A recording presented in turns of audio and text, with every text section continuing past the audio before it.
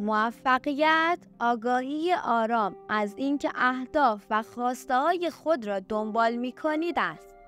موفقیت نه به اندازه آن است که چقدر پول یا قدرت دارید، بلکه به اندازه احساس خوشحالی و رضایت از زندگیتان است. موفقیت در واقع به اندازه توانایی تغییر و تحول برای بهبود و ارتقاء خودتان هست. موفقیت توانایی انطباق با تغییرات زندگی و محیط است، نه ثابت ماندن در یک حالت خاص. موفقیت واقعی در احساس رضایت از کاری است که انجام می دهید، نه در اجتناب ناراحتی‌ها و مشکلات. موفقیت توانایی استفاده از هر فرصتی که زندگی به شما می‌دهد برای تغییر و پیشرفت شخصی. موفقیت نتیجه تصمیم‌گیری‌ها و اقدام‌های جسورانه در راستای اهدافتان است. موفقیت به معنای پیشرفت در مسیر خود و بالا بردن پتانسیل‌هایتان است. موفقیت به معنای پذیرش انتخاب‌ها و مسئولیت‌های خود و به طور فعال به آنها پایبند ماندن است. موفقیت به معنای ایجاد ارتباط‌های قوی و سازنده با افراد اطرافتان است. موفقیت به معنای ایجاد تعادل بین زندگی شخصی و حرفه‌ای و ایجاد رضایت از هر دو است. موفقیت به معنای ایجاد اثرگذاری مثبت در جامعه و بهبود وضعیت دیگران است.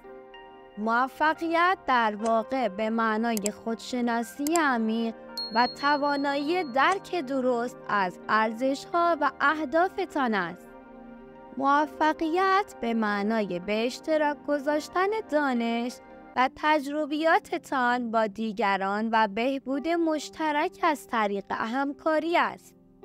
موفقیت به معنای پذیرش شکست‌ها و نقاط ضعف خود و یادگیری از آنهاست. موفقیت به معنای تغییر دیدگاه از مشکل به فرصت و ایجاد راه‌حل‌های خلاقانه است. موفقیت به معنای ایجاد زندگی معنادار و خوشبختی به نگاه شخصی و منحصر به فردتان است. موفقیت به معنای توانایی تعامل مؤثر با تغییرات پیوسته در زندگی است. موفقیت به معنای توسعه استقامت در مواجهه با چالش‌ها و مشکلات است. موفقیت به معنای ایجاد تعادل بین تحصیلات و تجربیات عملی است. موفقیت به معنای توجه به جزئیات کوچک و ارتقای کیفیت کارهاست. موفقیت به معنای توانایی انعطاف پذیری و تغییر استراتژی در موقعیت‌های مختلف است. موفقیت به معنای داشتن هدف‌های واقعی و قابل اندازه‌گیری است. موفقیت به معنای توانایی انتخاب هدف‌ها و آرامش در دنبال کردن آنهاست. موفقیت به معنای ارتقای دانش و مهارت‌های شخصی است.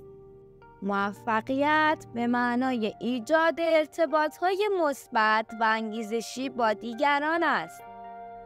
موفقیت به معنای توانایی تجدید انرژی و مراقبت از بهداشت روحی و جسمی است. موفقیت به معنای ایجاد اثرگذاری دائمی و دلسوزانه در جامعه و دیگران است.